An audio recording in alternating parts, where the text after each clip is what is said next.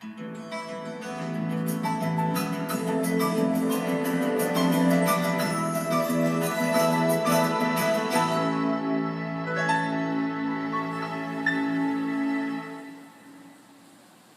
this is show number 3 in the first week of this series, and I have been putting a good bit of emphasis on the lower back because most Americans have had, or will have lower back problems. So if you're one of those 3 out of 4, I think you'll enjoy today's segment a good bit. We're going to start out by understanding a pelvic tilt. So again, have your feet flat on the floor, draw your stomach in very tightly, ease down. The same cautions apply. If you have a weak back, come on down onto your elbow and then lie down. But if your back is all right, let the abdominal muscles do the work for you. If you lie on your back, tighten your stomach and press the waistline into the floor, lifting the tailbone slightly, just rotating the pelvis, and then relax. That's the easiest way to do it. Again, pelvic tilt, press the waist into the floor, lift up your tailbone slightly, tighten up the stomach muscles, and relax. Now, straighten out your legs. Straight out. It's a little bit more difficult this way. Tighten your stomach, press the waist into the floor, press, and release. Tighten your stomach, press into the floor, and release. Again, bend your knees. Now you'll see how much easier this one is. You tighten your stomach, press the waist into the floor, lift the tailbone, and when you have a little naggy backache, try to do this because oftentimes it works faster than anything taken by mouth. And that's good. You don't want to take stuff if you don't have to. And release. And again, tighten up, press the waist into the floor, and release. Now we're going to start to strengthen your abdominal muscles.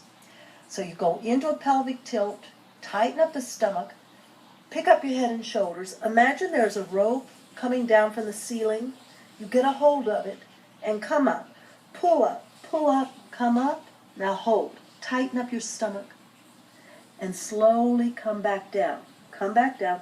Keep that stomach tight now, tight. Coming down one vertebra at a time. This looks a lot easier than it is to do. If you're doing it, you know that. Tighten up your stomach, pelvic tilt, pick up your head and shoulders, get your rope, pull up, pull up. You're coming all the way up now, all the way up, and then come back down, ease down, ease down, ease down. All right. Again, tighten up, pick up your head and shoulders, pull up, pull up. To make it a harder workout, you stay at the waistline. To make it a little bit easier, you come up onto your hips all the way. So remember, feel that right now. Just come down to your waist. Feel how those abs work. Come up and you see how they relax. Hold on to your rope. This sort of helps to think you've got something there. Come down to your waist, tighten up, lift up, back to your waist, and back up again. Now, put the soles of your feet together. We're going to stretch out again, just going into the clam. We will be doing the clam forever and ever and ever. Lifting and tilting, rotating your pelvis forward, stretching forward. Just stretch through the glutes, stretch through the lumbar back. Pull your torso forward, pull torso forward. Try to bring your head down toward your feet. Pick up your head, line your neck up to your spine. And when you come up, try to come up out of the hip joints. Come straight up out of your hip joints instead of out of the waistline, working through those hip joints. Now coming forward, sit cross-legged. We're going to work up the muscles in your upper back as well and give you more flexibility through your spine. Try to have the weight evenly distributed on both of your sitting bones. Your spine and shoulders form the capital letter T. You're not caving in. You really need to be at the front part of those sitting bones. Put your left hand on your right knee, and it doesn't matter if it's the right hand on the left knee, it's just opposite limbs. Try to have your shoulders squared and bring your right arm straight out in front of you. Sit tall, get to the front part of your sitting bones, and you're going to twist, but don't move your arm. Freeze the shoulder joint and move your spine. Twist your spine, keep turning, hold your knee to help you twist. Try to get your chest to face the wall to your right. Bring your chin over your shoulder. Bring your arm back. Keep your arm up shoulder level. Breathe softly. Chin over your shoulder. Feel the muscles working in your upper back. Breathe softly, no forcing,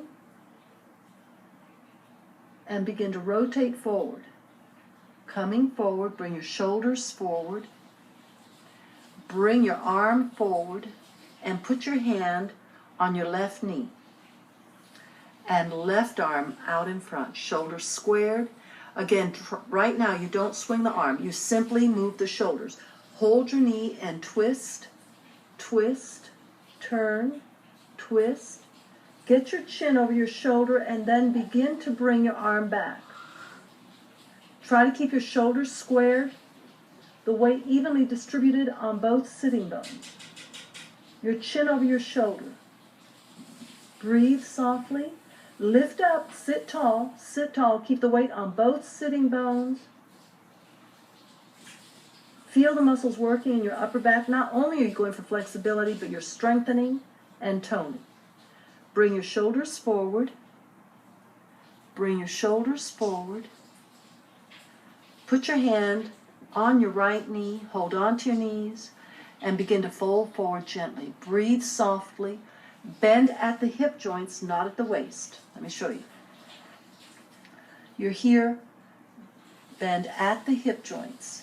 If you're bending at the waist, you'd be caving in this way. You don't want to do that. You want to bend at the hip joints. Lead with the chin. Pull your elbows down toward the floor. Feel the stretch in your low back. And drop your head down as close to the floor as possible.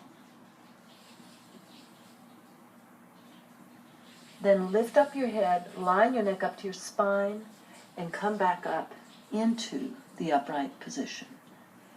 And release. And if you couldn't go down there, if you couldn't get all the way down, it's okay to say, I can't do that, if you add one special little word, which is yet. Because yet implies hope. But if you simply say you can't, that's what your brain takes. So every time you say you can't on anything, remember to say yet, because that will imply that you'll keep working it. Now come on to your stomach and ease down. Put your palms flat on the floor. Bring your elbows in close to your rib cage. Have your forehead on the floor. You're going to bring your chest up, but you are not going to push with your arms. You're going to want your lower back muscles to bring your chest up. So please listen really carefully to the verbal cues. Have your feet down. Inhale, skim the forehead, nose, chin up. Come way up, way up. Feel that in the lower back. And exhale. Ease down. Ease down. And relax.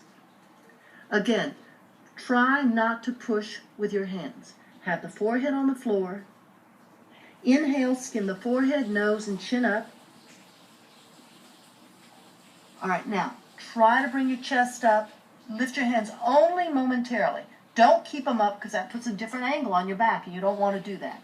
Keep your arms down, but make sure that your back is bringing you up. Chin up, checking, and exhale, ease down. Completely relax. Relax the lower back. We're going to try it again. Try to get a little bit more height going. Forehead on the floor. Inhale. Forehead, nose, chin up, way high. Lift up. Make sure you're not using those arms. Keep your feet on the floor.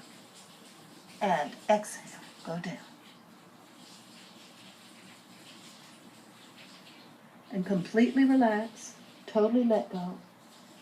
Now push your hands into the floor, come up onto your knees, and walk your knees toward the heels of your hands, and fold forward. Fold forward. This is known as the pose of the child, and it will relax your lower back.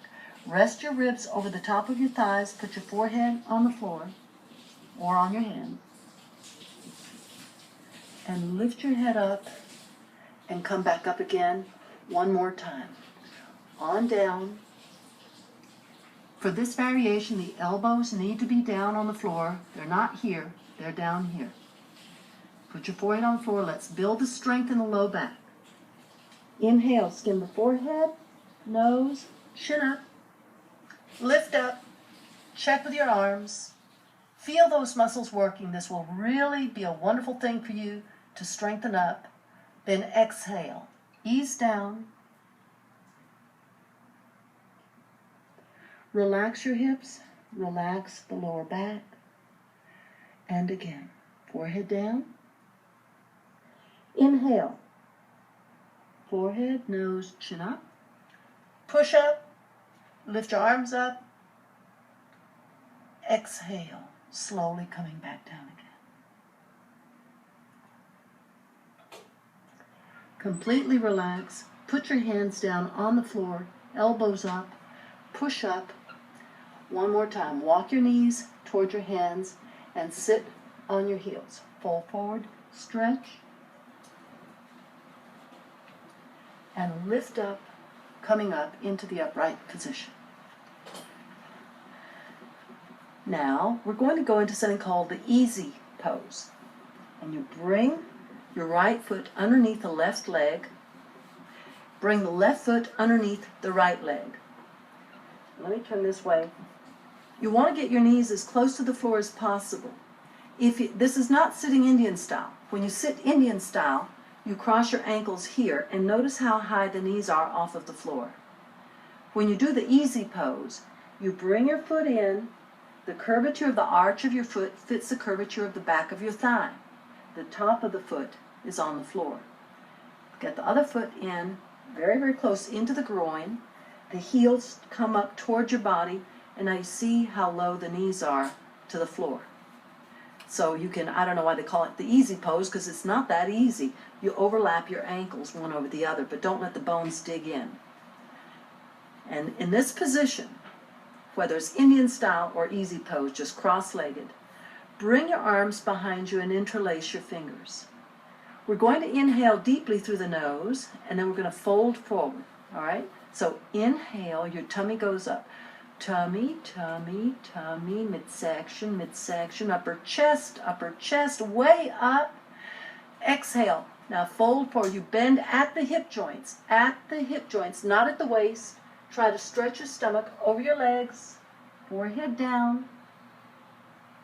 Inhale, pick up your head, coming up, and exhale. Work a couple of more of those, and I'll see you again tomorrow. Thanks. Bye.